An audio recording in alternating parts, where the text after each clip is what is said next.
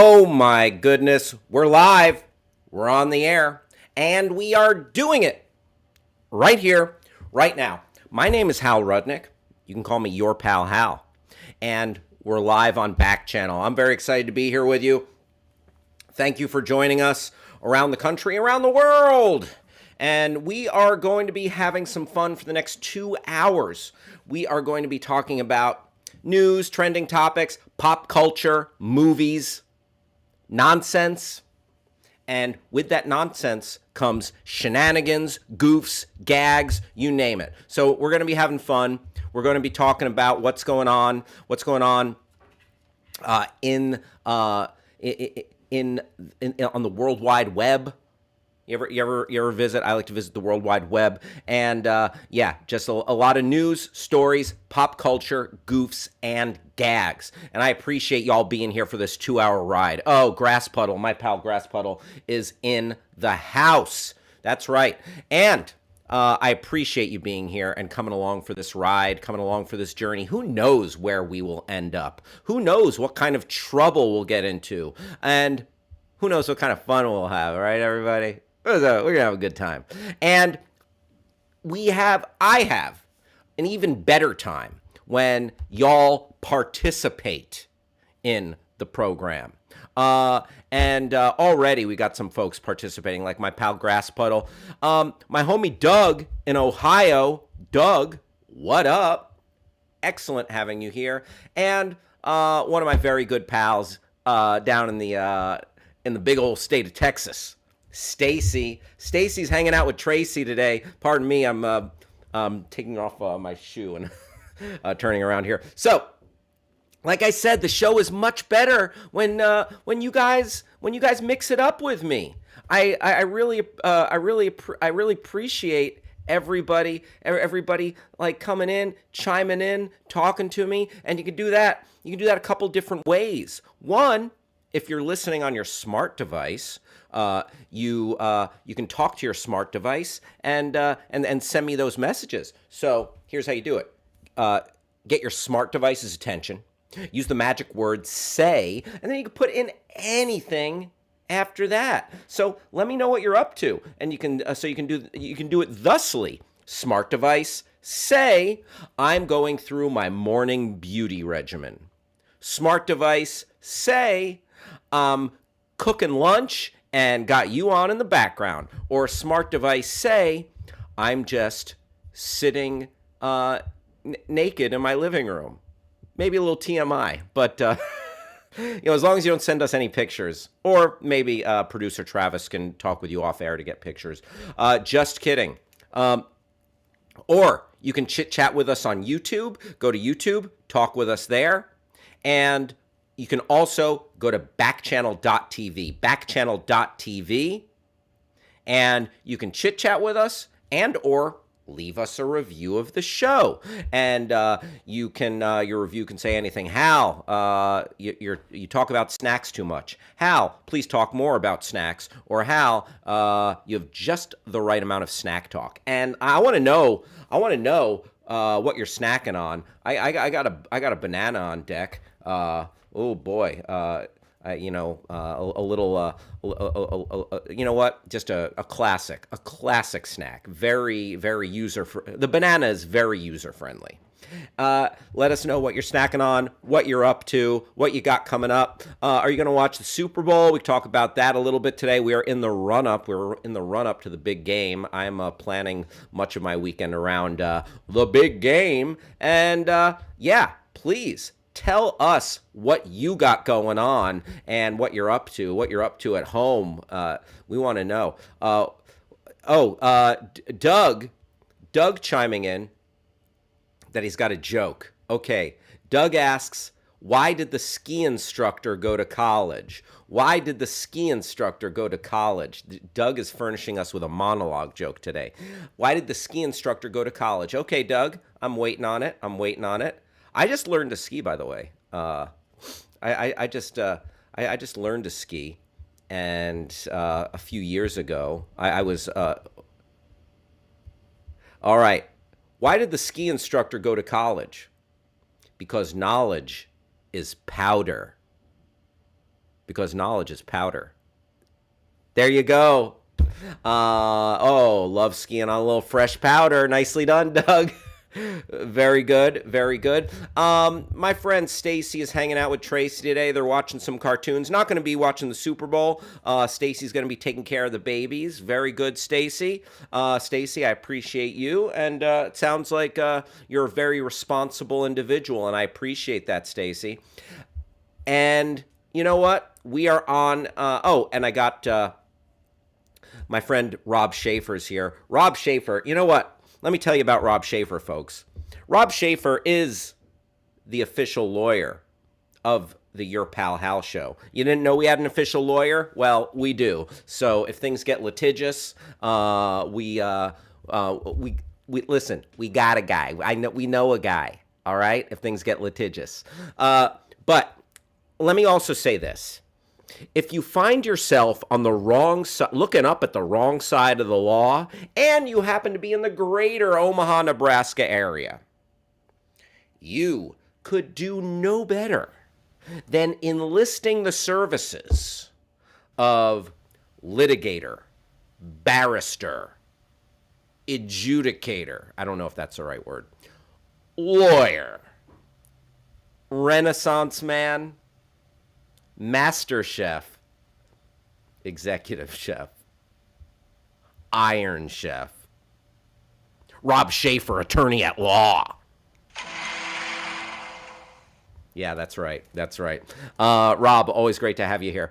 And then Grass Puddle chiming in, watched one of my favorite. I used to do a lot of movie junkets back in the day, and I still do from time to time. And where you go and you interview the actors, and I did one where I went to jolly old England. I went to Great Britain for the Blu-ray and DVD release of The Kingsman, the very first Kingsman. We've had 3 thus far, but there I made a real jackass of myself. Almost got deported from the UK. That's a little bit of an exaggeration. And Grass Puddle chiming in that they pre-gamed with my classic trip to Kingsman, where there was a bit where I made a few too many Austin Powers references while talking to them about the Kingsman, and it was the most awkward and funny thing that I had the pleasure of doing, and it was one of my favorite moments for sure. Grass Puddle saying, Hal, you might have never watched it, but a redhead gave you side eye and a smile after one of your Austin Powers jokes. She dug it. Oh my goodness. Well, here's the thing, Grass Puddle. I ended up marrying a redhead, so maybe it was just like it was in the stars. It was in the stars. I'll have to go back though and see who I missed out on in the in that clip. I'll rewatch. Folks, we couldn't go on this journey. We couldn't conduct this cavalcade without our friend and producer holding it down on the ones and twos, producer Travis. Travis, what up? Where you at? I'm here. Travis, I know I know you've got travels ahead of you. I haven't seen you in 22 hours. What have you been up to? What kind of trouble have you gotten into? Oh, such trouble I've seen. I got a parking ticket this morning, so that is... No! Oh, yeah. It's totally on me. Street sweeping. It happens every week. Wednesday, Thursday, you just got to make sure you're on the right side. And I walk out. I recognize the time. I'm like an hour in. And I go, ah! And I walk out. And myself and my roommate, luckily, we have tickets in solidarity. Yeah, we were the only dummies on this side of the street to leave our car there. I've been there. So it was garbage day? Street sweeping. Mm. Yeah, it happens. You're liable to spend, I feel like as a resident of Los Angeles, $200 a year are forfeit to the government. Yeah, well, yes, but thankfully I don't have street sweeping. I can just leave my car. Yeah, we don't have so your streets are just filthy. Yeah, just the filthiest streets you could imagine. And thankfully I don't have to move my car. Over the past 2 years, Travis,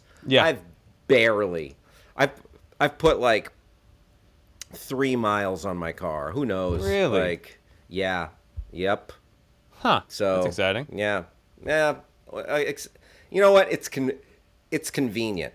I'm very lucky. It's not lost on me that Mm-hmm. like I can do this. I also teach online. I teach from home. I also I've been able to do other gigs from home remotely. So being able to work remotely, a blessing, in my opinion.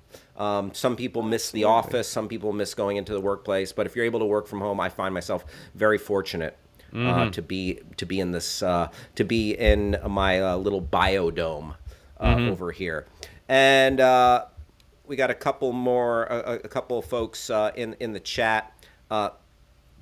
Doug says, "Never mess with the redhead." Well, Doug, I have not learned my lesson. I have not learned my Hey. lesson. In fact, she put a ring on it. All right, my good man. So that's how far that went. Stacy says, "Hal, if you find yourself in a world of trouble and you need help from my doctor, look. Oh well, if you're in medical trouble or you're hunting real bad, you can look no further than." Oh, Hurting gotcha. real bad. So Stacy is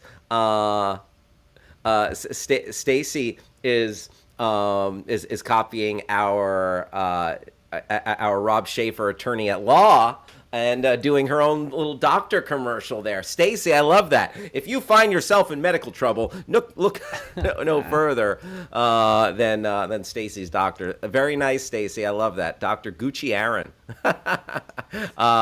Very nice, very nice. Thank you, Stacy. Oh, my mom chiming in. Check the oil. Check the oil on my Oh, car. Well, thankfully my car it's new enough that it like lets you know when the oil, like, you don't have to go in and check the dipstick. It lets you know when you're running low or etc.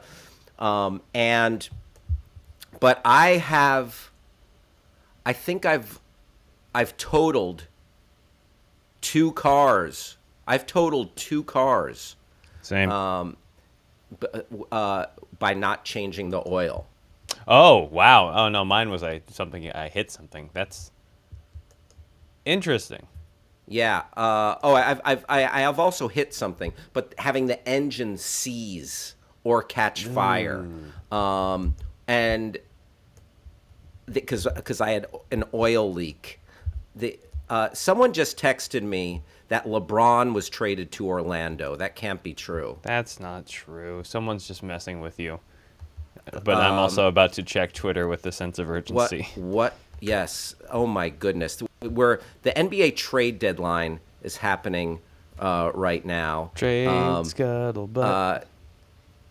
And my friend knows that that I'm a huge LeBron fan. This has sent me into a tizzy. What is happening? What is That's happening? not true. That's not true. Wait. Wait, Oh did you yeah, find something? no. I Oh, just a moment ago, my roommate sent me a tweet. Who's also a basketball fan, sent me a tweet with just keyboard like scratch as the quote, but it was just the Harden trade. So yeah. I mean, I say that just the Harden trade, but it seems like that's going to be the big news of the day, and Yes.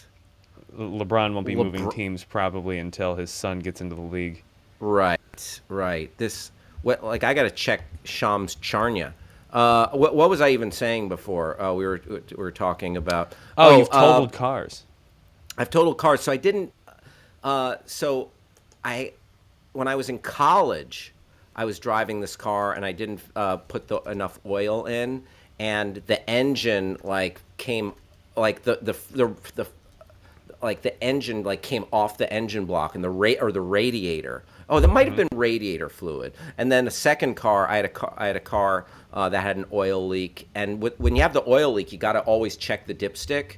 And I didn't check the dipstick on my Toyota Camry about 20 some odd years ago, and that thing, it burst into flames on the freeway. So I was driving a car that was on fire on the freeway. And then my mom says, yeah, it was the BMW that I had an old BMW when I was in college. but it still looked real cool. Like BMW is a nice car. Like I was bawling for a minute there in that BMW, in that '80s BMW that I was driving, and that thing, like the engine seized and the engine block or the radiator came off. The Toyota Camry burst into flames while I was on the freeway. Oh my goodness. Yeah. Moral of the story: check your oil, everyone. That's exciting. Check that oil. And I am I'm all flustered over this LeBron to Orlando text that my friend sent me. I'm going your friend is cruel and yes. not a friend. That's that is crazy. Yeesh. Wow. Okay. Travis. Yes. You will not be here tomorrow, correct? No, I will not be here tomorrow. Well, actually, we'll see. The last step before I go is I have to take this COVID test. I have to take this COVID test, and that will decide truly if I am going anywhere or not. Well, wish you well. I hope everything works out in your favor, good sir. And you know what? We'll soldier on without you. You will be missed if you are not here. And you're gonna have Gliss what else from is there the Mario to do? Smith show. Yes, I'm sure we will be in capable hands, but of course you'll be missed. And there's nothing else to do than to dive into the Twitter sphere, jump into the Twitterverse. Let's do a little check of trending topics on Twitter. We got a bunch of nonsense here, and let's get into it. Grasspuddle says, I get COVID tested every Friday. Way up the nose. Gotcha. Yeah, those PCR tests. Also, here's a trending topic that I don't have on the list. We're going to talk a little bit more about it later. But my pal Doug wants to know, who am I? Who do I like in the big game, in the Super Bowl? Who do I think is going to win? And as far as the Super Bowl, Doug, I'm hoping it's the Rams. I'm hoping it's the Rams because I'm here in Los Angeles and I want to see the town celebrate. I want to, being here. I'm going the homer pick. But I think the Bengals are going to come to play. I think it's going to be a close game. I think they got an exciting team. Joe Burrow, that guy's cold-blooded. That's why they call him Joe Burr, and all iced up. And yeah, we shall see. But I'm really pulling for the Rams since I am here in Los Angeles. And also, sports-wise, sticking with that, trending topics, the NBA trade deadline, is it coming up? When is it? Is it at noon? Is it what time is the trade deadline, Travis? It is today at noon, so we have nigh 40 minutes left Pacific time. 40 minutes, and it's players are on the move. There are big dealings. It's crazy stuff happening here. And if you are a basketball fan, I'm not going to go too far down the rabbit hole. We don't need to talk about Goran Dragic going to the Spurs, Travis.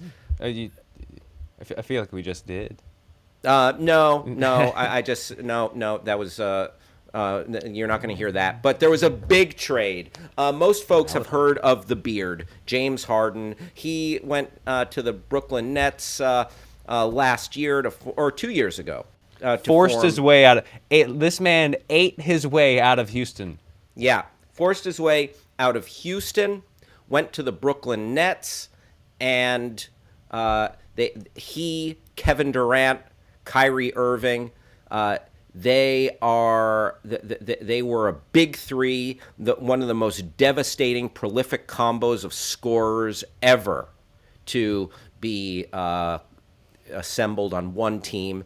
And now he's gone. Now he's like, check please. Where's the exit? This way to the egress. And they shipped him off to Philadelphia for malcontented star and someone who's been going through a lot. And he claims he's suffering some mental issues regarding just the pressures of basketball and anxiety, etc., precipitated much by his basketball situation, and Ben Simmons not going, said he wasn't going to play for the Philadelphia 76ers again, and he was traded to the Brooklyn Nets. So it's James Harden for Ben Simmons, and then there are other players in the trade. I guess the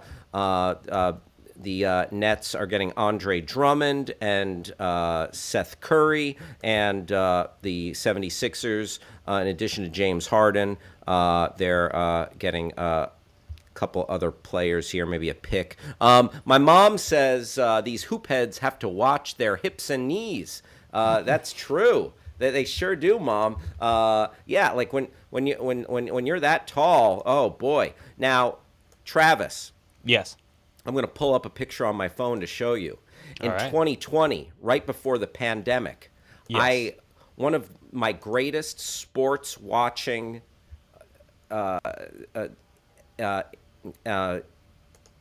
incidents of all time. One of my Whoa. greatest sports viewing occurrences was it happened when in January of 2020, right before the pandemic. My mom and I got to sit in the front row at the New York Knicks versus Philadelphia 76ers. Wow. And man, it was, I'm going to pull up a picture on my phone and show you this. My mom and I, we had the time of our lives. And not only that, we were in like the JP Morgan Club section, and there was like a private food area where you could just graze. And it was Kobe beef, Wagyu beef, shrimp, sushi, you name it. You could just, I mean, I know you're not a sushi enthusiast, Travis, but Travis, would you consider bending the knee to sushi? No. Oh. I mean, I appreciate it. I respect it. I just don't observe it. Can I take you out for sushi sometime and like order for you? I feel like everybody's like, hey, you want to come out so you can disappoint me? You know how many times a year I get that? People ask me, hey, you want to go do this thing that you don't like so I can feel weird about it? I'm like, no, I don't. Thank you very much. All right. Hal, I would Fine. absolutely do that. Hal, I would follow you into the mouth of hell. Oh, well, great. Sushi is like right, and sushi is like right there for me. So. All right. So here is here's me and my mom just sitting in the front row. Okay. And Aww, and let me show you how close with a picture of the court. Where's a picture of Joel Embiid? Like here, here's how close I was to Joel Embiid. He was in street clothes, but like, oh, there he is, right there. Wow, that's like a Bleacher Report article pic. Yep. That's how close that is. Good Lord. And oh yeah, so we were sitting like at the scorer's table. Look at this. Holy See that? criminy. Yeah, front row. I forgot what it looks like when Ben Simmons plays basketball. Wow, Yeah, no right? kidding. Those are incredible seats. And as my mom said, the shrimp they had there, as big as a chicken leg, shrimp as big as a chicken leg, and there's a nice comment from my mom. Maybe in your dreams afterwards, Mother, the players were in my lap. No, well, sometimes the players fall into your lap. Like when they're chasing a loose ball. Grass Puddle says, "What about faux sushi or cooked stuff?" I mean, do you mess with chicken teriyaki? Me? Absolutely. Oh yeah, that's a whole that's an entirely separate thing to me. Yeah, one, it's chicken. It is. Two, it's True. cooked. Our friend Stacy coming in with some basketball love. Stacy loves the Dallas Mavericks. Very cool, Stacy. I'm a fan as well. I mean, I'm a big basketball fan, so I root for a lot of different teams and stuff. And I enjoy Luka Doncic. Okay, he's great. And Tim Hardaway Jr. I know he's hurt. And then their owner, Mark Cuban. Stacy saying we should try butterfly shrimp. It's yummy yum. Oh, I would love some butterfly shrimp, Stacy. Now Stacy. You are like like we're on the same wavelength here. I appreciate you. So yeah, that was the big trade. Takes me back to the good old days where me and my mom got to go to that. That was in the before times, Travis. Do you remember the before times, before the pandemic? Hardly. Yeah, Hardly. hardly. But yeah, there was fun out there. I haven't been to a basketball game since the before times, but I think I'm getting ready to go back. I've like for the past few weeks I've been asking, is it time to go back? I should go back. I want to go I gotta back. be honest. I've been a few times in the past year and a half. It's time to go back. It's time to go back. I'm going on Monday. I'm in the 300 section for Dubs Clippers, and I'm very nice. Shaking with excitement, vibrating with excitement. Yeah. Travis, a fan of the Golden State Warriors, and they've got a heck of a squad. Hopefully they're healthy come playoff time. Oh, yeah. All right, let's see what else is trending besides the NBA trade deadline. Oh, Grass Puddle chiming in. Mark Cuban is a Pittsburgher. A Pittsburgher. Very nice. I spent a little time in the Berg because I went to Penn State University, and the Berg was just a hop and a skip away, and I enjoyed a little bit of time in the lovely Steel City of Pittsburgh. Black and yellow, Wiz Khalifa. There we go. All right. Okay. So sometimes I've got a love-hate relationship with this kind of stuff. Sometimes corporations, companies try to do a tribute for someone that a great person, someone a trailblazer, and sometimes it's lovely. Sometimes it's like, nah, that's the best you could do. Really? A Houston bus company, to honor a pioneer, a woman who stood up for her principles and sent shockwaves through a broken system. Rosa Parks. To honor Rosa Parks, the woman who would not go to the back of the bus, and we're in Black History Month, and she is a towering figure for her act of defiance and resistance. They marked off seats on their buses for Rosa Parks, and it's not being heralded as the best move. It seems a little bit tone deaf. A Houston bus company's attempt to honor Rosa Parks has backfired spectacularly. It's like, that's all you could do? Like, just give her the seat on the bus? A statue, maybe naming something after her. But the one seat on the bus, it's, it's kind of like, she deserves a little better than just like, Rosa, you can always have this seat on the bus. I mean, hasn't she transcended that? The transit organizations across the U.S. are placing commemorative seats honoring the civil rights icon at the front of the buses starting Friday, which marks Transit Day. If you want to click on this thread from the Houston Chronicle, thank you. And other transit companies around the country are placing the seats in honor of her birthday. The backlash has been resounding.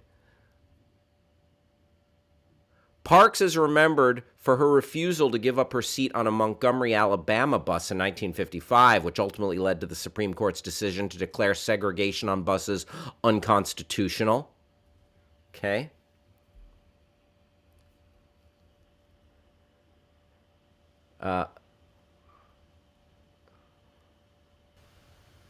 One sec, that was formatted in a very interesting way. I have to jump to the actual thread. Sure. Let's see. Where were we?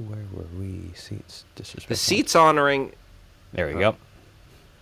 The seats honoring Parks will stand out with a yellow seat covering that read, dedicated to the memory of Rosa Parks. But the announcement has received mixed reviews, with some calling the commemorative seats disrespectful and disturbing.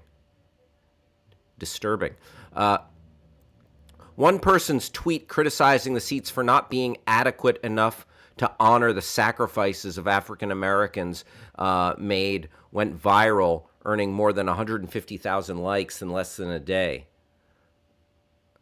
A request for comment from the Metro was not met Wednesday morning.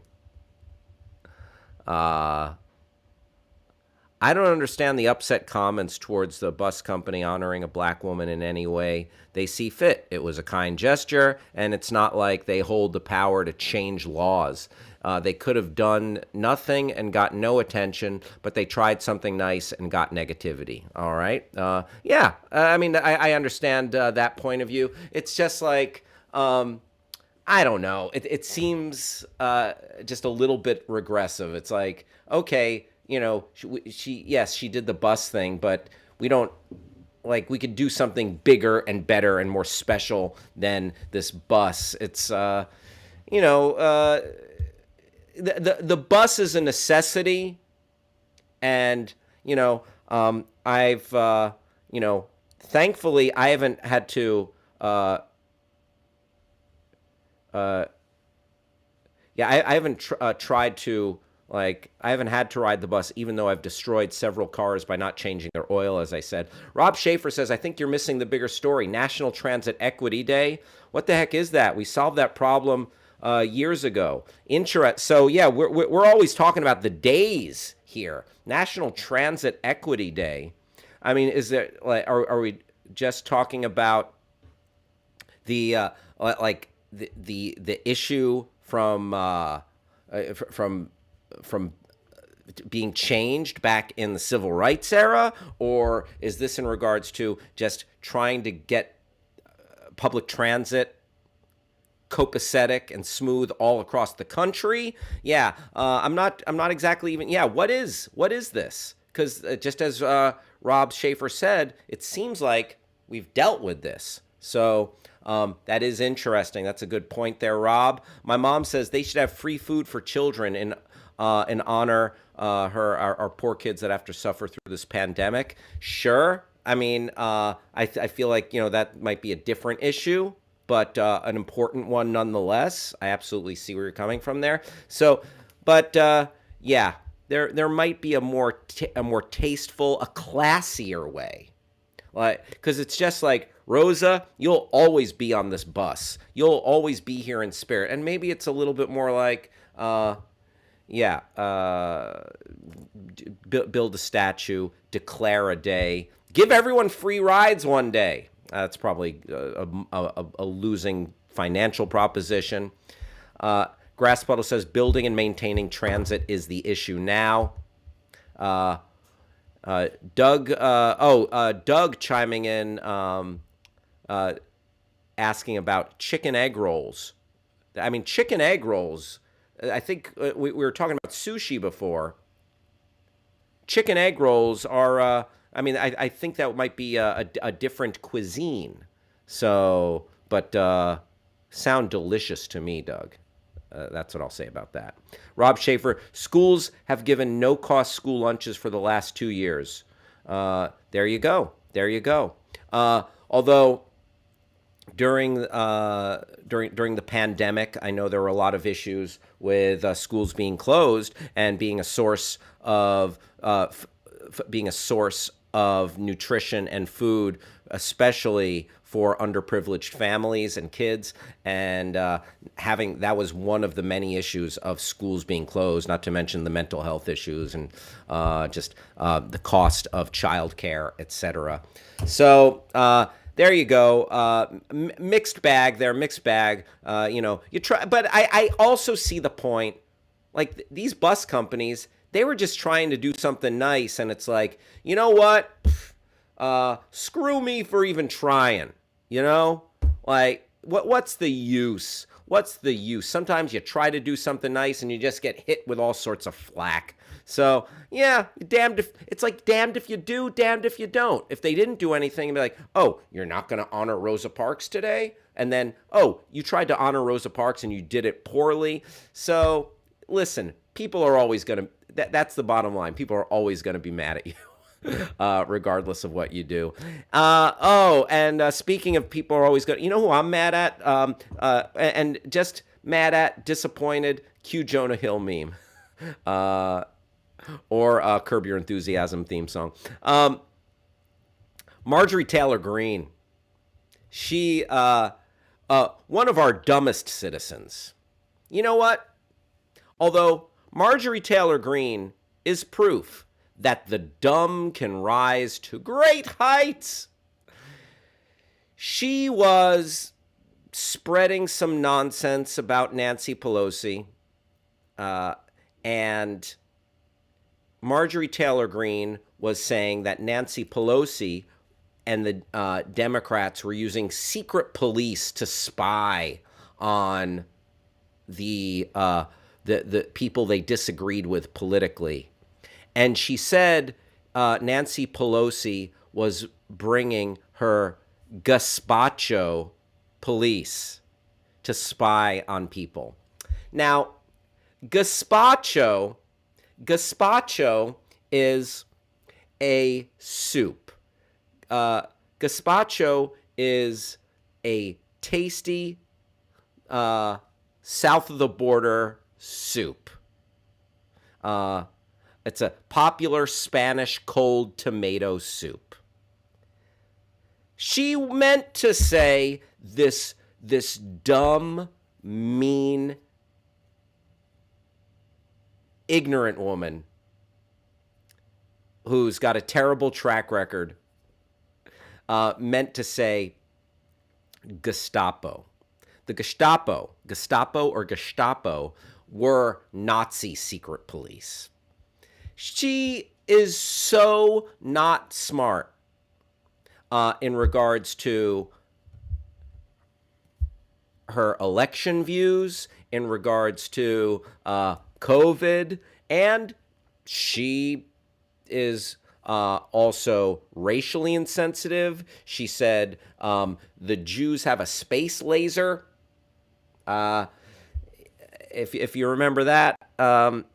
And this is just another thing indicative of her vast, unending ignorance. Yeah, it's just mind-boggling. What a dope. What a dope. Rob Schaefer chiming in back to our what we were chatting about moments ago. My wife is a school nutrition director for a school district here. Even though the schools closed down, she and her staff provided 3,000 meals a day for her community. That is awesome. You know what? That's noble. That's an amazing, heroic gesture. That's like feeding the community. Amazing. Rob, thank you for sharing that. I really appreciate hearing that. And yeah, so Marjorie Taylor Greene, she never disappoints with if you're looking for stupidity, dumb quotes, simple things that are grossly misunderstood. Yeah, Marjorie Taylor Greene. She is there for you, a treasure trove of garbage, just a fountain of nonsense, and not the good kind of nonsense, like the nonsense you find here at the Pal Hal Show. The first trailer is up for. My mom says that's great, Rob. First trailer is up for the new Jurassic Park movie. The new Jurassic Park movie is going to be hitting theaters. Rob Schaefer says, I never make fun of any politician for misspeaking of a word or phrase. There are too many instances of every politician saying something idiotic, but the Jewish space laser was pretty crazy. Yeah, Rob, that's, you know, that's where you and I part ways on the. I'll jump on it sometimes. It's sometimes something's too good to be true. But I also know that I often misspeak, so it's fair game. Especially if you're going to play with the superlatives of World War II and the Nazis, like you're asking for it. Grass Puddle says Jewish space laser is a classic. Her newer material isn't as good. Yeah, Travis, what's up? I just want to come in here and report a Woj Mm-hmm. bomb. The Dallas Mavericks are trading a star question mark big man Kristaps Porzingis to the Wizards for a package of the round Spencer Dinwiddie. Oh wow. Okay, Travis. so they're getting a point guard from the Washington Wizards, and big man Kristaps Porzingis headed out. Yeah, he's had trouble staying on the court, but he's got a good outside shot, and he's a shot blocker, big man. Mm-hmm. And but yeah, it seems like he hasn't quite lived up to the promise that he had in New York. Maybe the Nope. Knicks were smart for getting out from under him because they were widely criticized once they shipped him off. Too tall. Too Too tall. too tall. That usually that's a positive when you're a basketball player. But you're Eh, saying is he a little too unwieldy? I think so. There's some people that can. You look at a Joel Embiid, you look at a Kareem even, and there's like a certain functionality to the way it looks like they're Mm-hmm. built. Kristaps Porzingis is just like looks like a guy that was stretched really, really far. Kind of like this guy's on stilts all the time, and 7'2", however much, 307 pounds Right. on limbs that slight. I think it's just a matter of time. Maybe he needs to get into the gym and do some squats, build up his core, and I don't know if he's got that kind of time. Imagine how long it'd take to get down. oh yeah, that is true. That is true. He's coming from way up, so it's going to take a long time to get down. Thank you for that, Travis. Thank you for sharing with us the thoughts of Adrian Wojnarowski, basketball trade prognosticator and insider from ESPN. Okay, so the new trailer for Jurassic Park is here, and all of our old friends are back. Laura Dern, Sam Neill.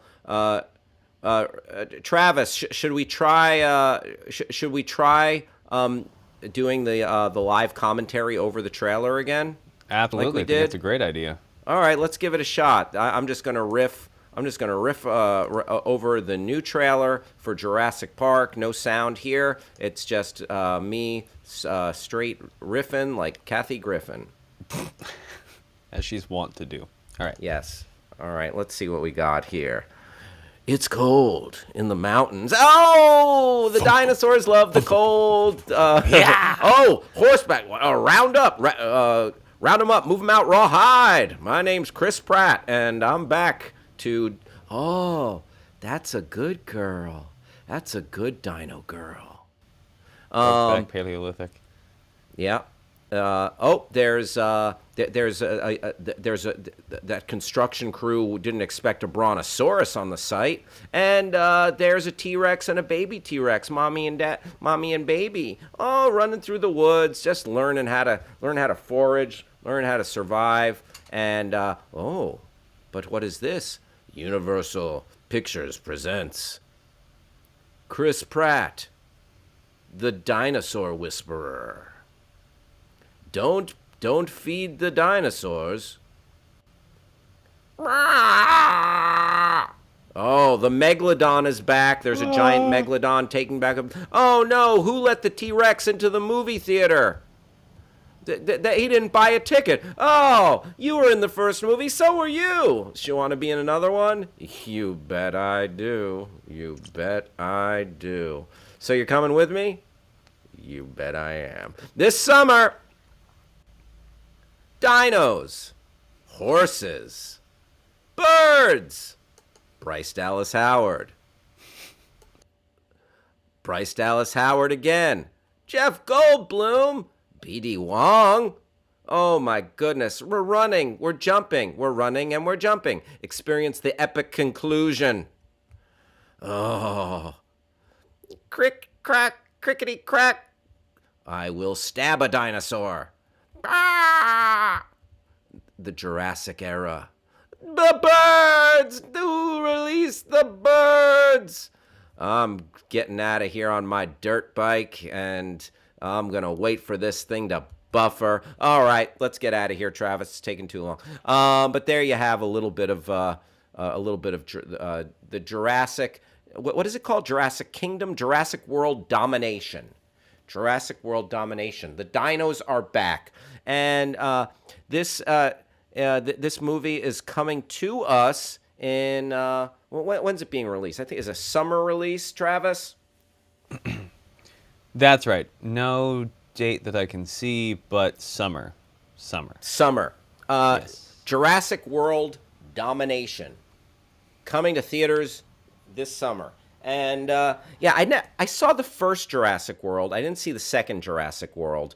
You know what? It looks like, it's got the people we like. It's got the dinos, and they're running all over the place. So there you go, Jurassic World. It's you know what? You hope that it's just the effects are cool and the story holds together. And there it is. But yeah, it seems like humanity will never learn their lesson. Humanity will not stop playing God with these dinosaurs. Oh, when will they learn? Probably never. Probably never. So I want to give a shout out to Mahi joining the stream. Mahi, thank you for being here on Backchannel. It is 11:48 a.m. right here on the West Coast in our home office, Los Angeles, California. It is 2:48 p.m. on the East Coast, where we will be with you till 4 p.m. It is 1:48 in Omaha, Nebraska, home of Rob Schaefer, attorney at law, where we will be there. We'll be on the air until 3 p.m. And it is 7:48 in London, England, where we will be live, broadcasting until 9 p.m. And I would love for you, if you are with us, I would love for you to participate. Are you excited about Jurassic World Domination? Do you want to chime in about any of the stuff we're talking about? Or just ask for advice, tell us what you're up to, let us know what you're snacking on. Just like Rob Schaefer chiming in. Those are velociraptors. Thank you, Rob. You know what? I need to work on my paleontology and my archaeology, my dino identification there. And you can chat with us a couple different ways. Get your smart device's attention. Use the magic word say, and you could say anything after that. So, smart device, say, that megalodon looks bigger than ever. Smart device, say, Pratt, Pratt, Pratt, Pratt, Pratt. Or smart device, say, Bryce Dallas Howard, I thought that was Jessica Chastain. Or you can go to YouTube, chit-chat with us there, and or go to Backchannel, backchannel.tv, and you can have a word with us, and you can also leave a review of the Your Pal Hal show, and you could say more dino talk, less dino talk, or just the right amount of dino talk. All right, let's see what else is trending here in the Twitterverse. Oh, we got a first look at Lord of the Rings. There's a Lord of the Rings series coming to Amazon Prime TV, and we have pictures. We have photos. Grass Puddle says, I always say yes to big dumb movies. There you go. I mean, you hope there's like a semblance of just urgency, and like it keeps you excited and along for the ride the whole time. Some better than others, obviously. All right, there's there we got a lady knight there. Lord of the Rings, just a lady in armor with a sword. How about that? Lord of the Rings, the Rings of Power. I legit would have said it was the Power of the Rings, but Lord of the Rings, the Rings of Power. The first looks have arrived. Oh, the lady in the lake! There's a lady, and she's in the lake, and she's peeking out. Let's see what else we got there. All sorts of pictures from the new Lord of the Rings. All right, Vanity Fair publishing our first look, an exclusive first look at Lord of the Rings. I think the pictures are just on. Yeah. There we go. Yeah, it was for a second. It was just an exclusive first text, but now the rendering. There we go. Oh, there we go. Yes. So there's one of our main characters. Yada yada. All the backstory, what books it's based off Yep. of, the one that we saw. It's an ad. And Oh, here we go. Here we go. Oh, yeah. There's who's that? Gimli? No. That is a dwarf though. Well, he's a Gimli-looking son of a gun. There's a lady, very blinged out, looking powerful. There's a dude with a torch. Nice. What else? So we're not going to learn too much. Oh, there's a cool shot of the camera out on the high seas. According to this text, apparently we'll learn a lot. They're describing the entire plot throughout in between these pictures. Oh, wow. Well, you're going to have to read up on that. So we got our first look. One cool thing is there's a little bit of diversity in this new Lord of the Rings. They're bringing in more people of color, which, yeah, it's cool. Representation matters. I enjoy seeing it. My mom loves the armor fashions. This kind of budget could decimate other studios, but Tolkien likes space travel as a personal obsession for Jeff Bezos. Very nice. Well, so hopefully and apparently they're going to do it right. We're going back to the Shire. We're going back to Middle Earth, and it is on. It is on. Cool looking pictures from the Lord of the Rings. And Travis, does it say when it drops? When? Okay.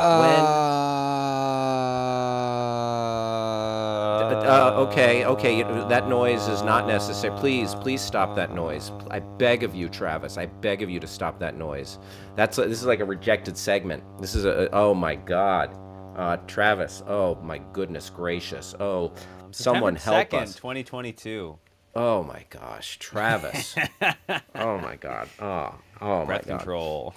Wow. All right, September 2nd, 2022 is when Lord of the Rings drops. Thank you for stopping that noise, Travis. Okay. Let's see some more okay, so this is fun and dumb. They came out with a Zendaya.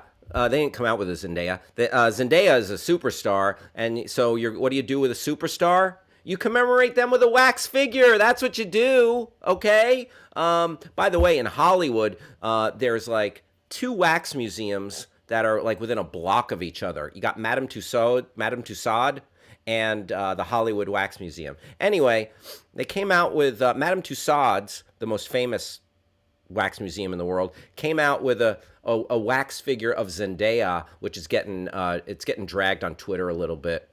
People are clowning on saying that it is not it's getting mixed reviews. First off, the outfit is a little conservative. It's like she's ready for a power lunch. She's wearing a pink pantsuit, and then also the look on her face, like she looks like she's like She's giving one of these. Can you bring me up, Travis? Oh,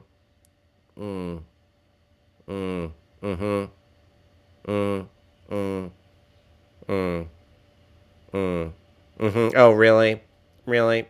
So she's got a little bit of a mug on her, like just a disappointed look on her face.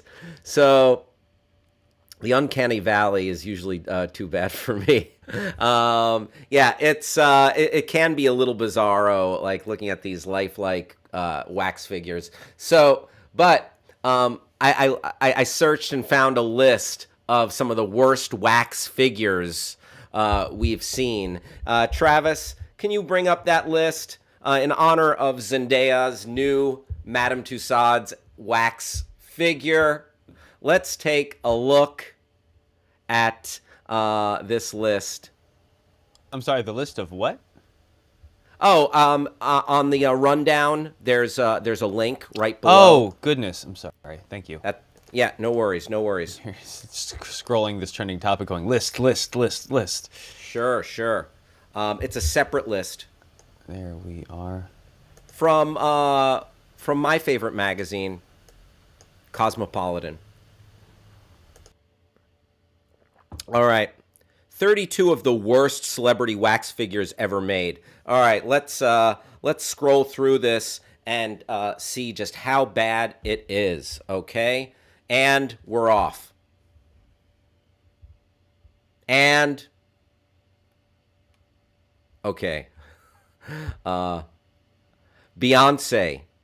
That okay, so you have side by side actual Beyonce and wax Beyonce. Yeah, that looks like a white woman at a pool party, not Beyonce. So yeah, that one's a stinkeroo. No good. Not good, no good. All right, next, Travis, please. White woman at a pool party. Wow. Okay. Ariana Grande. The makeup here is too severe. The too harsh, too severe. Complexion off, and yeah, this does not. You know what? I have not entered the uncanny valley because this does not look close enough. And the nose is a little off. There's just several things not working together on this Ariana Grande. So I would call this Ariana Grande more like an Ariana Tall as opposed to an Ariana Vente. This is not Ariana Grande. That's for sure. Okay, next, Travis. Oh my God. That is not Nicole Kidman. That is a frightening generic mannequin. That is a frightening middle-aged mom generic mannequin. Not the ageless, thanks to all of the. I mean, let's face it, Nicole Kidman is wonderful. She's amazing. She made us fall in love with the movies again. She's an Oscar nominee for Lucille Ball, Lucy Ricardo. But let's face it, she's had all the plastic surgery, all of it. She didn't miss one of them. And whatever it is, it's working. Listen, I should be so fortunate to be as ageless. But yeah, this monstrous wax creation does like. What up with that forehead? That forehead is getting like we've reached. That's like Frankenstein proportions. That's a 5 head. That is a 5 head. That does not honor the ageless Nicole Kidman. Next, Travis, please. I hate that one. This one's not so bad. Selena Gomez. It's like. It's a little harsher. It makes her look a little like a little more like in her 30s or something. But this one I don't hate. This, yeah, they say she looks at least 48 here. Yeah, I don't hate this one. It's not the most flattering Selena Gomez, but I don't hate it. Next. Please, Travis. Oh my God. Okay, so Zac Efron.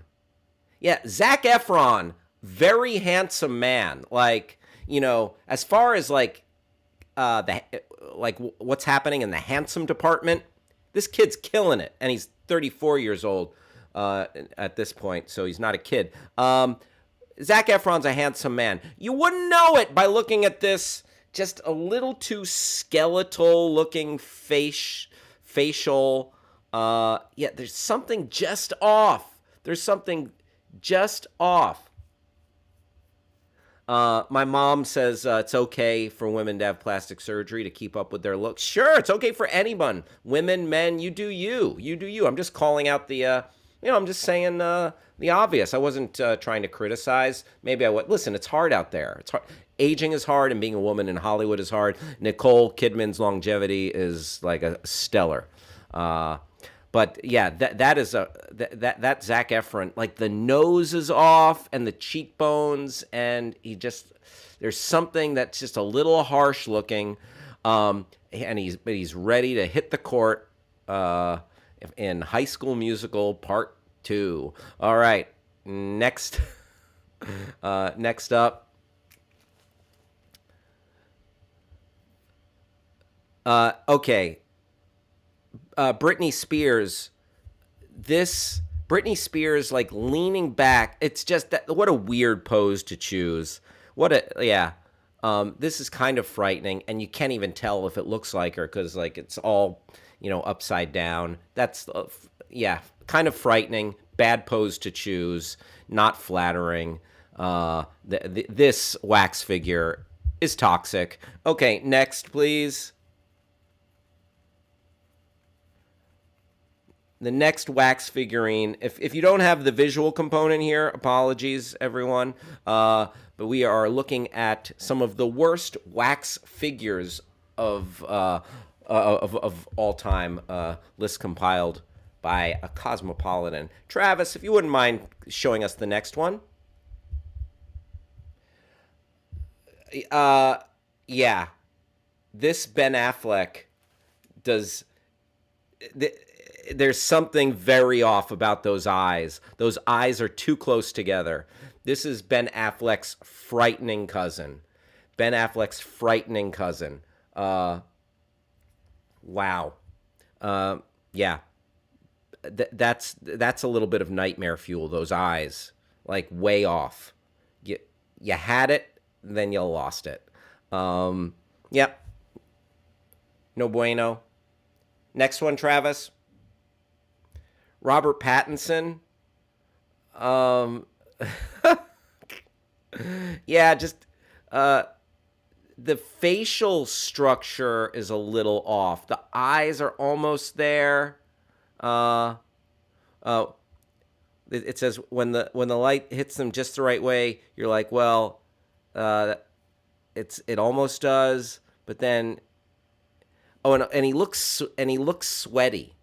He looks he looks a little clammy. So it's a clammy Robert Pattinson, a clammy Robert Pattinson right here. All right, next one, Travis. Oh my God. I had to like look at the other picture to figure out who. I guess that's supposed to be J Lo. Looks a little more like Jennifer Garner, or that does. Yeah, that's not J Lo. Like I don't know. Yeah, they made a wax figure of a woman. That is a woman. It's not J Lo. Let's just say that. So yeah. Yeah. Doug chiming in, our friend Doug. For those of you who do not know, I'm a big Scanner listener, and I had a pursuit last weekend. They had to terminate the pursuit because of the road conditions. Very nice. Doug filling us in on, listening to those police scanners. Stay safe out there, Doug. All right, let's see the next one. That does not look like J-Lo. That is generic woman number 2. Generic woman. Okay. Yeah, I don't know. This looks like a real kind of like country bumpkin, like someone who's like, like this is the guy that works at the gas station on like a dirt, like on like a long stretch of highway, and there's like one gas station like 100 miles in either direction. This is the guy that's gonna come out and fill her up for you. This does not look like Leonardo DiCaprio. I don't know who they tried to make here. I don't know what happened, but just the facial structure is off. The skin tone is like weirdly light. And the eyes, like those, like I'm looking. Yeah, no, way off. Frightening. Inbred Leonardo DiCaprio. Horrible. Next, please. Frightening. Almost Aniston. This is they should call this almost Aniston. Could have been Aniston. It's just the features came out just a titch too hard. muscular, strong, like that. You know what? Las Vegas.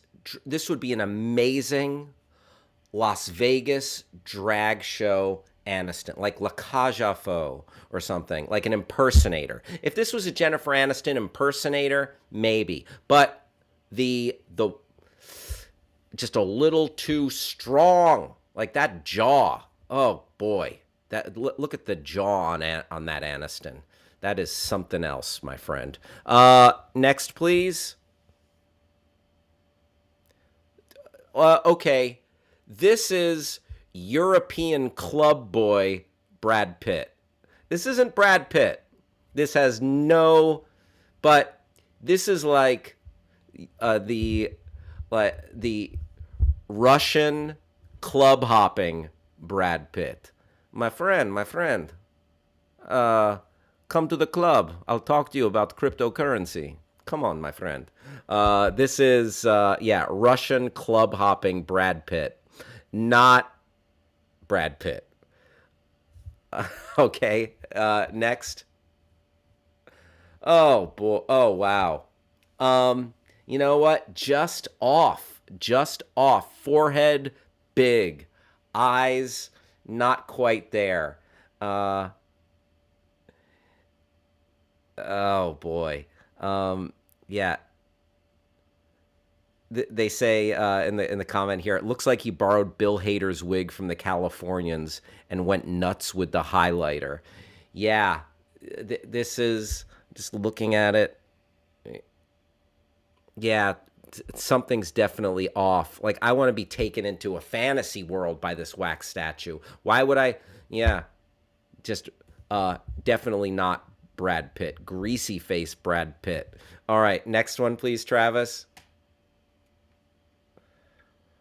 Oh yeah, no, that look.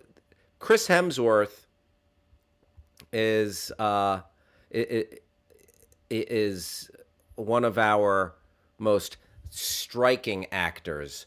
This looks like grown, and I love this guy, but it looks like Haley Joel Osment. Looks like Haley Joel Osment as Thor. Honestly, wow.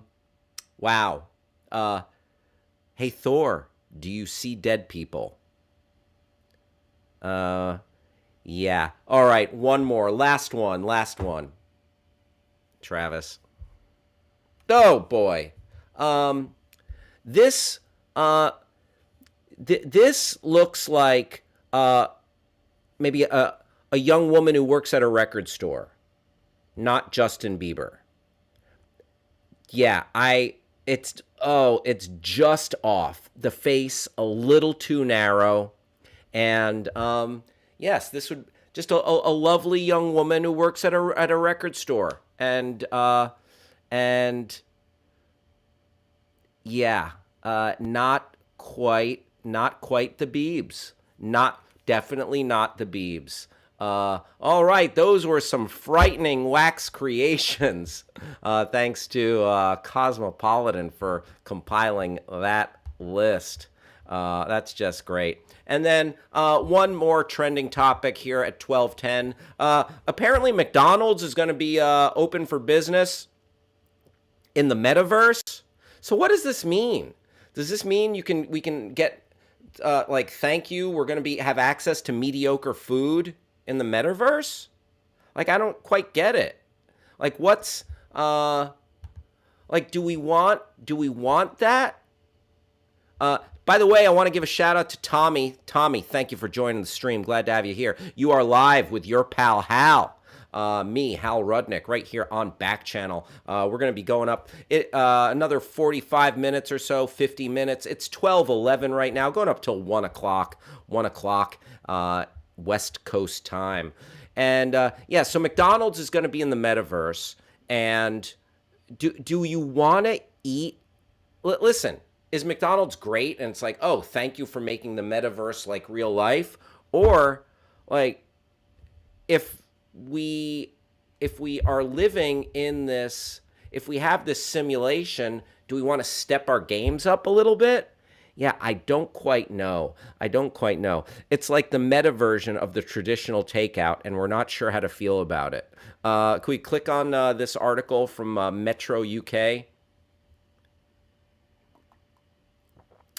Fancy an NFT with your Happy Meal? McDonald's is making its way into the metaverse by registering for 10 trademarks in the virtual space. Yes, really. I mean, I guess if there's new ground to hawk your wares and advertise your products, uh, yes, there it is. Take advantage of it. Spread the word for your you can get your Big Mac in the metaverse. There you go.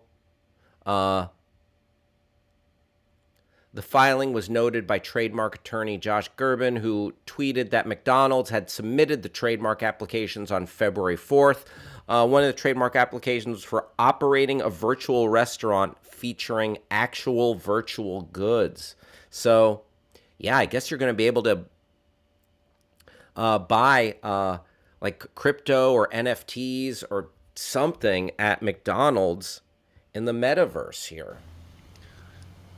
Just want to note that said actual and virtual goods. So it seems like they're going to be trying to sell real food as well. Wow. Okay. So while you are just living in the simulation, you can have stuff set to your actual house, so you can take off your Oculus or whatever, and then eat, and then put your Oculus back on. I guess how that works. The American fast food chain has not overlooked non-fungible tokens either, filing trademarks for virtual food and beverage products, as well as downloadable multimedia files containing artwork, text, audio, video files, and non-fungible tokens. Is one of the patents about how to give your customers virtual diarrhea? Nailed it, Rob Schaefer. Thank you, good sir. Just streams of data. Ha! Yeah, I mean, listen, there are people who love McDonald's. There are people who are constantly supersized. I am, yeah, I don't eat as much McDonald's, but who knows what the metaverse holds? Who knows what what your day to day will be like there? Maybe like if you have like these virtual people, you're going to need, fast food at reasonable prices in the metaverse. You know what? Excuse me. Oh my goodness. I am allergic to those McDonald's fries. No, I am. I love McDonald's fries. So yeah, you know what? You could do worse. If you're out clubbing in the metaverse, yeah, you're probably going to want to crush a large fry in a breakfast sandwich. All right, there you go. So you're going to be able to. The metaverse. It's, you know what? The future's scary. Rebecca chiming in. Hal loves fries. I do. I like sweet potato fries. I like regular fries. I do love fries. Who doesn't love fries? You know? All right. So there you have it. You can get, grass puddle. Now they're ganging up on me yet again. Oh, please. No, that's not true. I eat very healthy. Look at this. Look at this healthy snack. This brown banana. All right.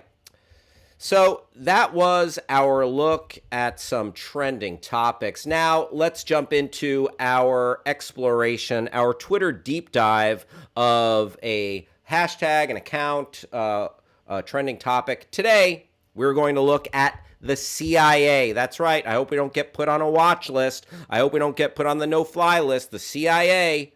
We're going to look at their Twitter account and see what's going on with the Central Intelligence Agency. The Central Intelligence Agency. Dun, dun, dun, from the files of the CIA. There we go. Right off the bat, very inclusive picture. We got, this is a 2022 CIA. Everyone's welcome. I like that. Very inclusive. Thank you, CIA.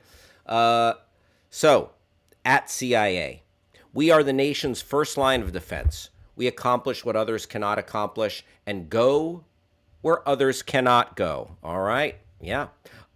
Born September 18th, 1947. I guess that's when the CIA was formed. Langley, Virginia. 3.3 million followers, a robust following. More followers than Jessica Chastain. That's for sure. So let's check out some of the tweets of the CIA. All right. Shout out Argo. It's been 10 years since the release of the movie Argo, a film depicting how Hollywood, the State Department, and the CIA orchestrated one of the most successful rescue operations. So this was rescuing some hostages who were in, I believe it was Iran, and the movie Argo, starring Ben Affleck, directed by Ben Affleck, Best Picture winner, documented that occurrence. Ben Affleck looked, with the long hair in Argo, looked better than that beady-eyed wax figurine of him. And CIA shouting out Argo, movie buffs, movie lovers at the CIA. And there you go. You can and you can learn more. That's kind of fun of the CIA. CIA is shaping science through community sponsorships. Get your application in by March 4th deadline.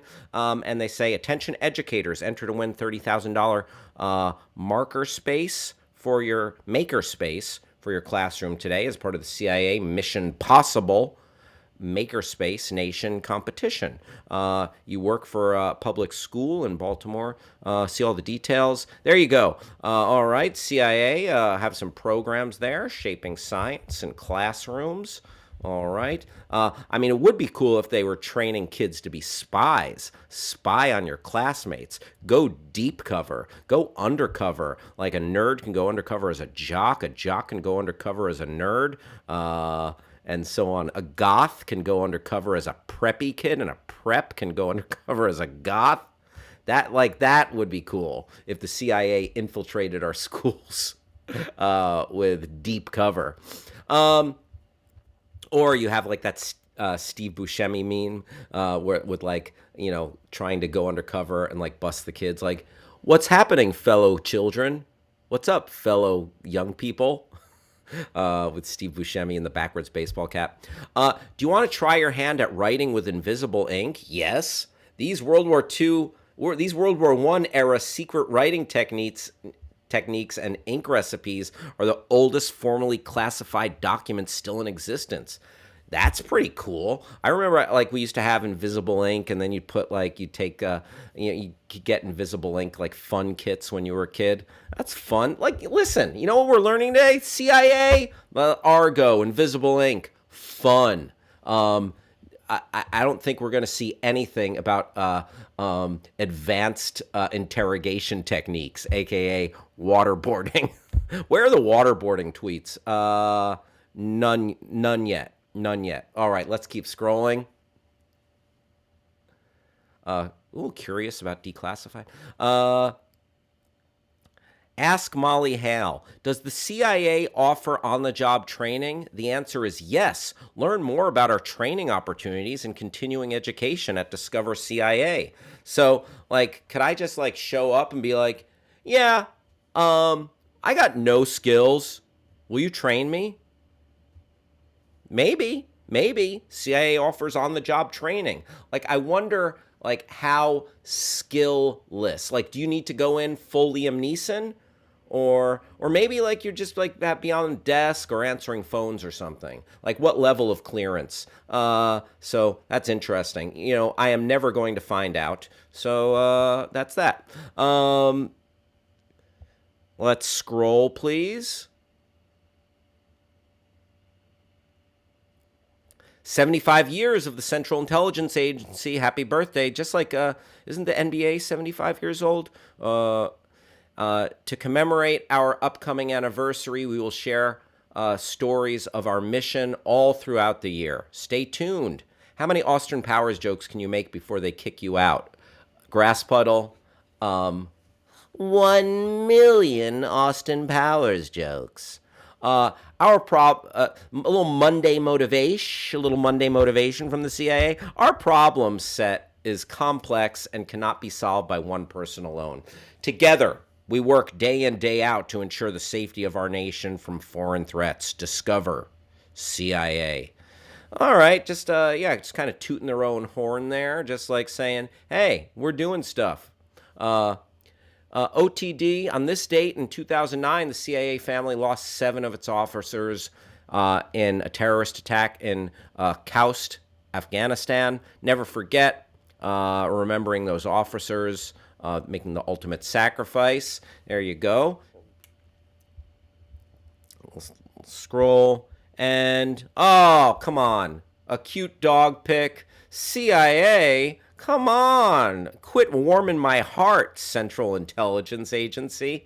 Wesley joined the CIA in 2017 as an explosive detection canine and has since led a remarkable agency career, including several tours overseas.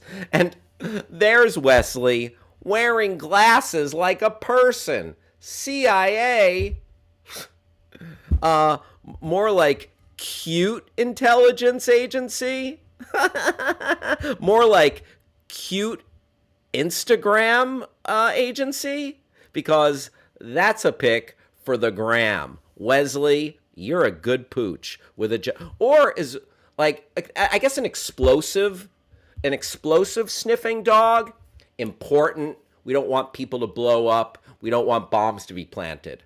Drug sniffing dog, narc. So Wesley, thank you for being a good boy and not a freaking narc. Folks, that was our look at the CIA, the Central Intelligence Agency. Listen, they're trying to put forth a fun image. They don't want to be known as the cocaine import agency, bringing drugs into underprivileged communities. They don't want to be known for regime change or assassinating people of interest in other countries.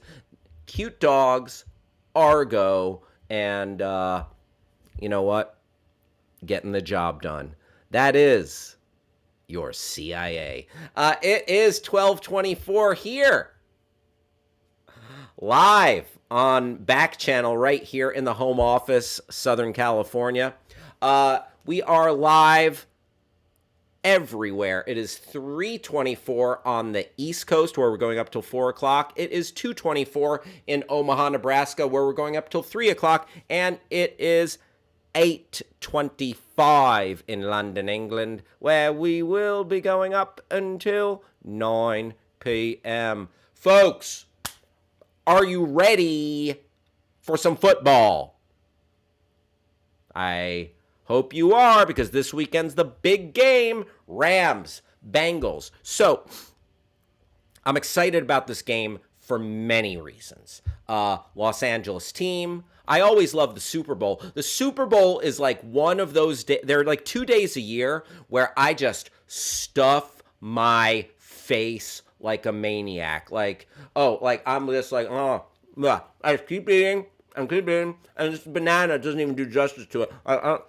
I stuff my face on Super Bowl Sunday. 2 days a year. Thanksgiving and Super Bowl Sunday. I go hard. I go hard in the eating department. Like, all bets are off. Like, you put food out, I will eat it. I will go off. I'm a maniac. I came to play. You know, my wife said his diet is so bad. Sunday it will be. I am going for it. I'm excited about the halftime show. I'm excited about the game. I watch the Super Bowl every year. So, but also, it's a big day in Vegas. The money, follow the money. People are betting, sports books in Vegas and all over the country. Like, you know, online betting sites are a big day for them. Lot of money changing hands. That brings us to what we're going to talk about right now, which is prop bets. Now, there are bets you can make besides the score of the game or the winner of the game. You can bet on all sorts of nitty-gritty things in regards to this game, like how many yards will your favorite player accumulate? How many touchdowns will your favorite player score? Or someone or a player that you think is going to be like, oh, a potential dark horse, or who will the MVP of the game be? You can make bets on these things. These are called prop bets. Well, every year they come up with, there are a list of weird prop bets, kind of unusual, kind of like bets that make you say, what? You can bet on that? And we have found a list of the 10 weirdest prop bets you can put actual money down on in for the Super Bowl. We are not making this up. These are real bets that you can make. And listen, we're not here to endorse gambling. If you have a gambling problem, call 1-800-GAMBLER, all right? But I'm not making any of these bets. I am not going to be betting on this game. Although, Rob Schaefer, maybe we should have that. We were talking about having a gentleman's bet. Rob Schaefer, would you take the Bengals? Bengals versus Rams straight up? Chime in if you want to make a little gentleman's bet, Rob Schaefer. And otherwise, let's talk about the 10 weirdest Super Bowl 56 prop bets. Number 10. This is a great one because this halftime show is like, I've got a good feeling about this. You got Dr. Dre, Snoop Dogg, Mary J. Blige, Kendrick Lamar, Eminem. It's like, damn, like hip-hop royalty. I'm so pumped about this halftime show. And this bet number 10 here, what song will be performed first during halftime show? And here are all the lead contender, California Love.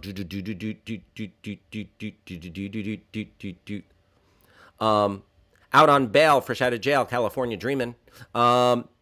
California Love. Then next episode, Family Affair, Nothing But a G Thing, Lose Yourself. Lose Yourself has to be towards the end, I think. Drop It Like It's Hot. Drop It Like It's Hot. All the Stars, Still DRE, and Humble. Great Kendrick Lamar song. So you can bet on what the first song during the halftime show will be. And those are bangers. Like, this is going to be a good halftime show. It's just like, oh, yeah, wall-to-wall bangers. That's number 10. Let's see number 9, the number 9 prop bet. Who will be shown first during the game? Which of these celebrities? And I guess, is it either at the game and or in a commercial? Leonardo DiCaprio is number 1 on the list. So you could bet which celebrity is just like the camera's just going to show. That's very random. Leonardo DiCaprio was at the NFC Championship game. I know that. He was hanging out in one of those fancy boxes. Matt Damon. So Leonardo DiCaprio, Matt Damon, Ben Affleck, Jennifer Lopez, and Kim Kardashian. Is there a? I wonder if there's a bet for like Ben Affleck and J-Lo at the same time, because where J-Lo goes, Ben is probably there nowadays. Number 8. What color will Snoop Dogg's shoes be to begin the halftime show? That's like, how random. You can bet on the color of Snoop Dogg's shoes. So number 1 is blue. Number 1 is blue, and maybe that, like, LA Dodger blue. The Rams are blue, and also Snoop Dogg represents the color blue as opposed to the color red. As far as his friends with the Crips, I believe. So Color blue, yellow and gold, maybe yellow and gold. Black sneakers, white sneakers, gray, silver, orange, okay, green, purple, red, and then pink. You know what? I say Snoop Dogg, go pink, go pink. And a lot of people might lose a couple of bucks. A lot of people might lose a couple of bucks. Hey, Travis. Yes. Yes. Take us through the next couple. I'm going to step away for a second here. Take us through the next couple of these prop bets, if you don't mind. You've got it. All right, let's see who can lose some money. Number 7, what NFT will be shown first during any commercial? For anybody who's familiar with NFTs, why are you familiar with them? They're dumb. Anyways, nouns, minus 150. Bored Ape Yacht Club, plus 150. V-Friends, Mutant Ape Yacht Club, World of Women, Beeple, CloneX, CryptoPunks, Cool Cats, Doodles, I fear for the future of our society. First Anheuser-Busch brand commercial to run, Budweiser plus 170, Bud Light next, Michelob Ultra, Cutwater Spirits, Bud Light Seltzer Hard Soda, and Michelob Ultra Organic Seltzers. So, this is where you can place a bet on which commercial of these drinks you think will appear first in the Super Bowl ad segments. Number 5, will Joe Burrow be shown smoking a cigar? No or yes? The value play is probably, this is hard to say, because will they put Joe Burrow smoking a cigar on a national broadcast? This is a big family event. Versus playing up the image that he is a very cool guy. Time to sing national anthem. How long this will take. The over-under, see, over 1 minute and 35 seconds is minus 130, and under 1 minute and 35 seconds is minus 110. Mickey Guyton is singing the anthem this year. I would be surprised if she doesn't extend the anthem past this total. So, who is Mickey Guyton? No idea. Let's find out. By the way, the Joe Burrow cigar question, I could see them like showing up just like a package about like just hyping up Joe Burrow, and there's a picture of him smoking a cigar in there. Yeah, I'm not sure if that's. So I would bet on it. I think so. I think so too. He's done it at almost every large post game at this point. It's kind of sort of like every time he wins like a big game. Mickey Guyton is a country music artist. There you go. You know what? I would say go for it. I would say over. Over. 90 seconds is a short amount of time. You know, you think about the national anthem, like that. 90 seconds can go by nothing. Yeah, I mean, like when you start adding like a little bit of trill, when you start like making it your own, extending syllables. But I did hear, I was listening to a podcast, her test run for the anthem was like 75 seconds. Really? So, but are you going to ham it up when you're out in like, when you're going for it? You know? Yeah. So TBD. How many times will home field advantage be mentioned during the live broadcast? Over 1.5 times, under 1.5 times. I would say over 1.5 times because, yeah, LA Rams, they're playing in LA. That just makes sense to me. That that they would talk about that. Donnie. Or Danny, I apologize if I mispronounce your name, joining the stream. Thank you for being here. Yeah, Doug agrees with the over on that one. Trini, thank you for being here, joining the stream. Lillian, Kenzie, Steven, and Samsung, thanks for being here. Very nice. Okay. Debbie Butterfield asks, how many people view the Super Bowl through television? I mean... a lot.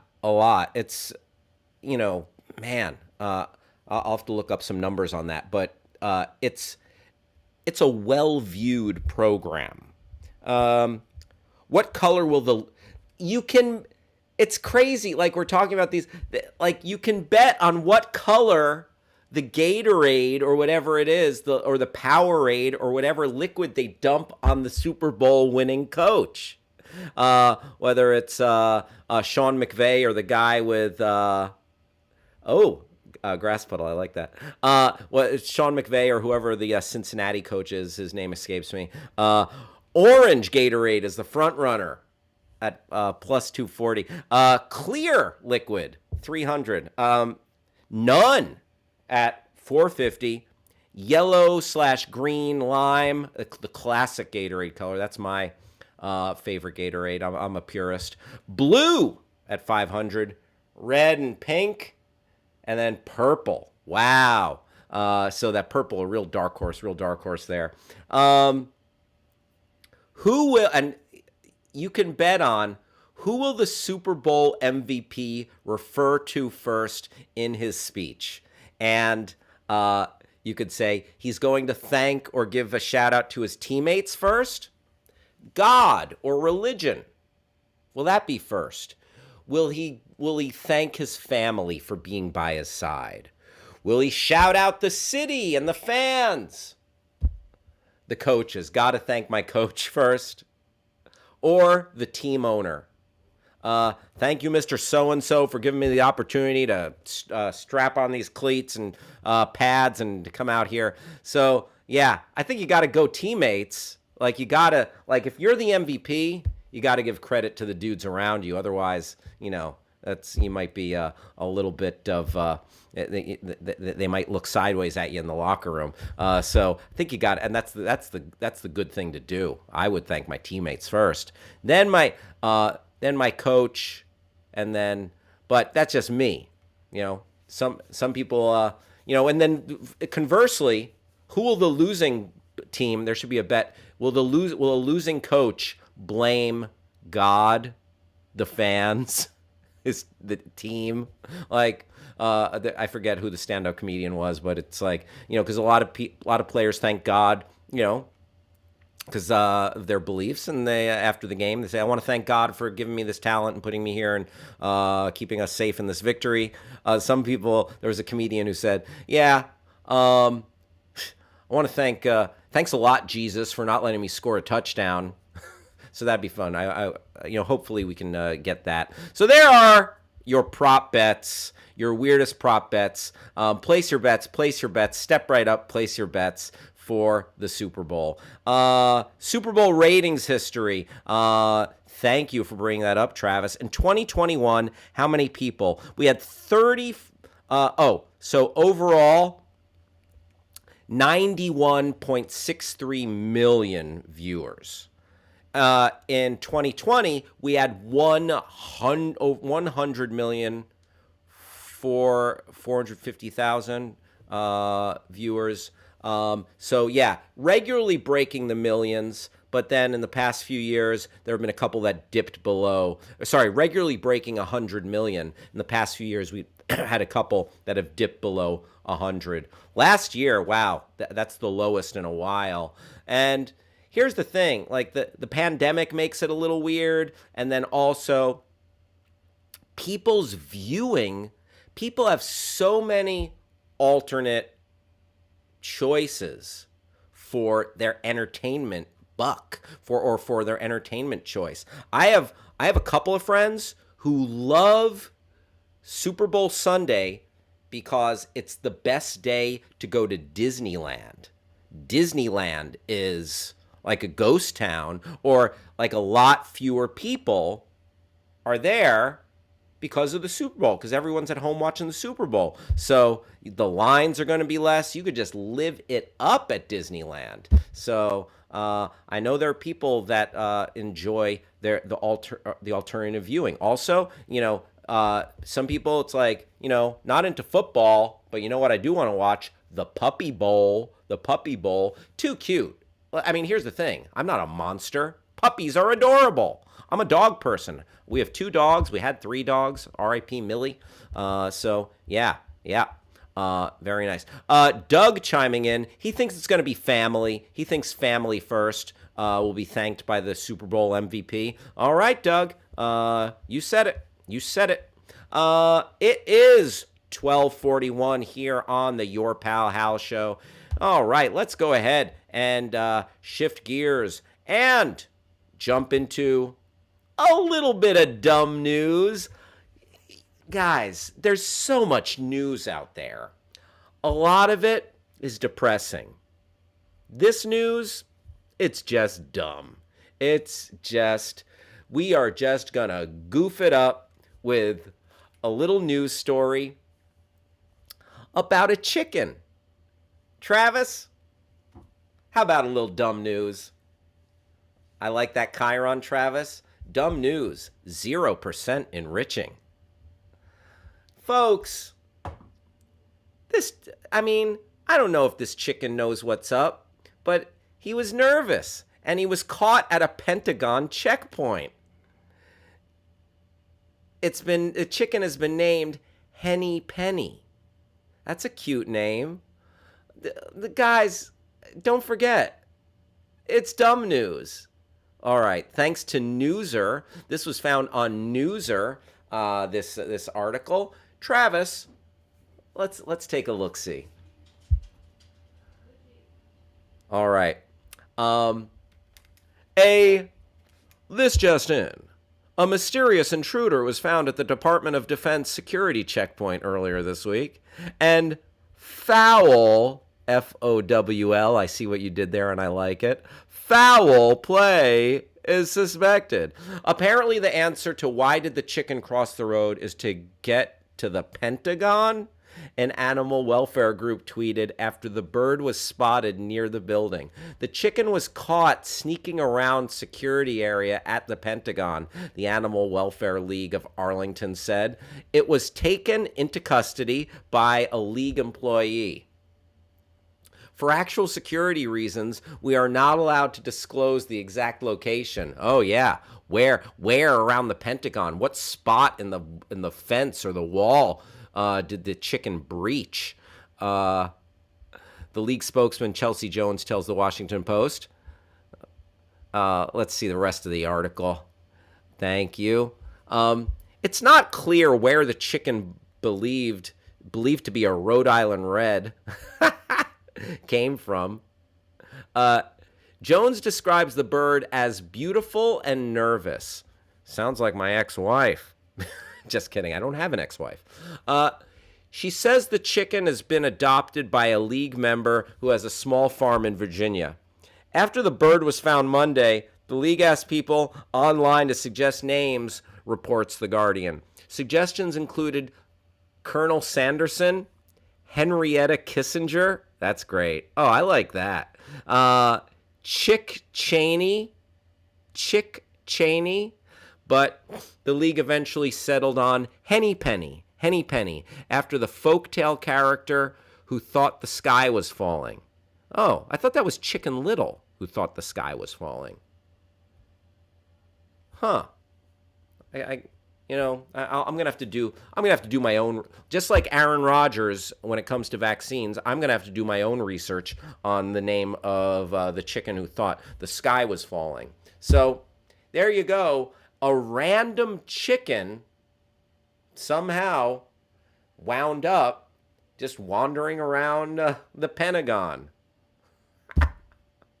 You know what's funny? The Pentagon. It's just named for the shape of the building. Other buildings should just be named for their shape. The rhombus, the rectangle. Oh yeah, welcome to the rectangle. That would be like every other building. Except the one in San Francisco that's like the triangle at the top. So I hope that chicken is safe. I hope it lives a good life. Doesn't wind up on anybody's plates. Okay? Here is one other story that I looked up and I wanted to mention just because I like the sound of what it's about. It's about a space diamond. Doesn't that seem like the object that a villain in a movie is trying to get his hands on? I will get that space diamond. That space diamond will be mine. Or it's kind of like an infinity stone. It just sounds so cool to say. I like saying space diamond. Travis, if you wouldn't mind bringing up that story about the space diamond, please. Oh boy. Well, of course it's a crypto entrepreneur. Is that, you know what? Maybe the next evil villain is going to be a crypto entrepreneur. Uh, Crypto entrepreneur says he bought Space Diamond. As if to say they're not already that. Yes, good point, Travis. Good point. He says Enigma Gem will be renamed Hex.com. Yeah, I wonder if I could buy a Jewish space laser with the Space Diamond. Interesting thoughts from Grass Puddle. All right, let's give this story a read about this big old space diamond. Damn, a black space diamond. Uh, a rare black diamond believed to have come from space has been sold for $4.3 million, some $2.5 million less than Sotheby's expected. Okay. The auction house says the 555.55 carat Enigma diamond, which it calls one of the rarest billion-year-old cosmic wonders known to humankind, went to a buyer who chose to pay with cryptocurrency, the BBC reports. The crypto entrepreneur, Richard Hart, identified himself as the buyer. He tweeted that the gem will be renamed the Hex.com diamond. I mean, maybe I'm a purist or something, but it's a diamond, not a freaking website.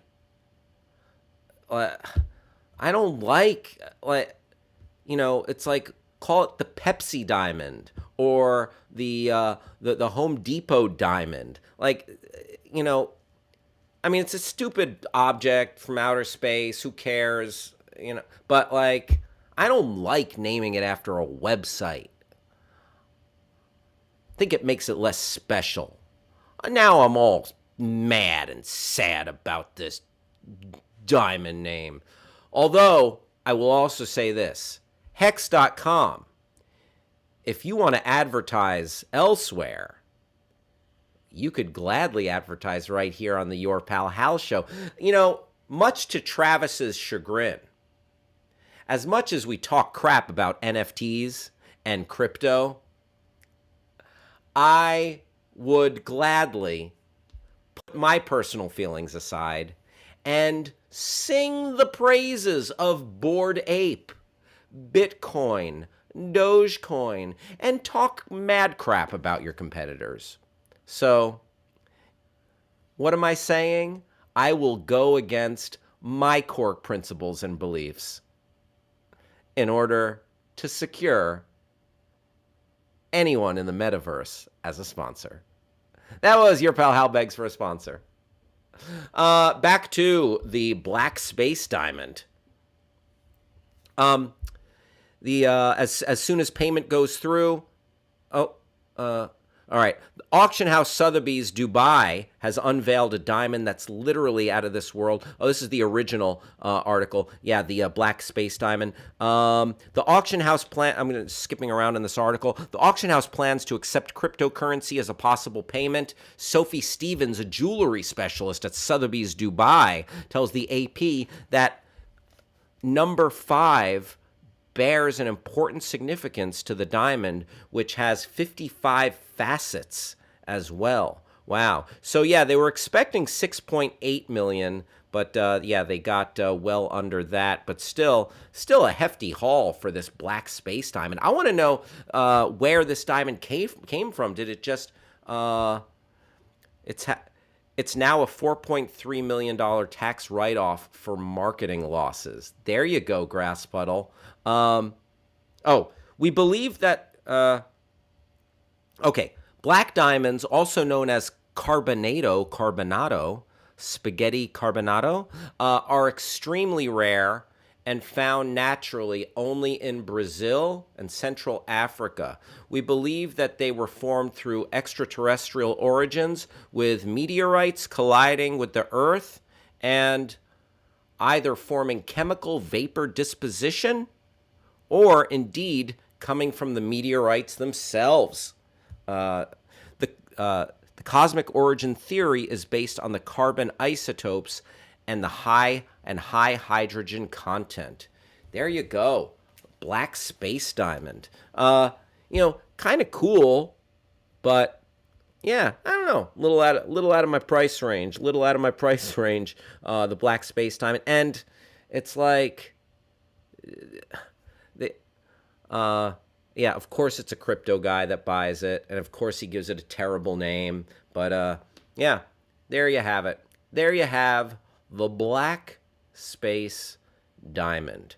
Well, we are getting dangerously close to the end of the Your Pal Hal show, but we do have one segment left. Rejected segments. Rejected segments is where we talk about some of the segments that could have, should have, would have been in the show, but then, yeah, for some reason, we decided, yeah, not gonna happen, not doing it. One of our first segments is, our first rejected segments is a little segment we call Hal Pretends to Play a Video Game. Hal pretends to play a video game. So I've got this, and yeah, it would just be me, like looking like maybe into the camera or just off and just being like, oh, whoa, look out. Oh, you just got pwned, noob. Oh, no. Yeah, power up. Like, kind of like a goon. I'm just like a goon who like it seems like read a list of video game terms and has never actually played a game before. So, yeah, that would not be a very good segment. That would not be a very good segment. I felt like you were doing a self-tape for a Capri Sun commercial in 1996. Absolutely. Like a kid who's just like, oh yeah, high score, mom, any snacks? Yeah, wow, you got the part. Thanks, thank you. Here's one for Totino's Pizza Bites. Whoa! Yeah! High score! Mom, got any more pizza bites? That one's we're edging towards Paul Rubin territory, which I like. I think the Pee-wee vibe is appreciated. My mom thought it was cute. Oh, Mom, hey, pizza bites? I don't know. I think this might be the first segment that I don't think we should reject. I think this is great. Oh, like Hal doing fake commercial reads? Yeah, Hal doing fake commercial reads. Yeah, got him. Mom, any more Mountain Dew? All right. Folks, that was a rejected segment that who knows, may come back. Thank you for hanging out with us. I've had a lot of fun chilling with y'all today. We're going to be back tomorrow at 11 a.m. on the West Coast, 2 p.m. on the East Coast. And your presence is greatly appreciated. Please come on back. Enjoy having you here. Thank you to everybody at Backchannel, and thank you, producer Travis, for holding it down. Coming up, you're going to want to stick around because we've got an excellent show, The Drive with Mario Smith. Stick around for more good times ahead. Thanks, everybody. We'll see you tomorrow.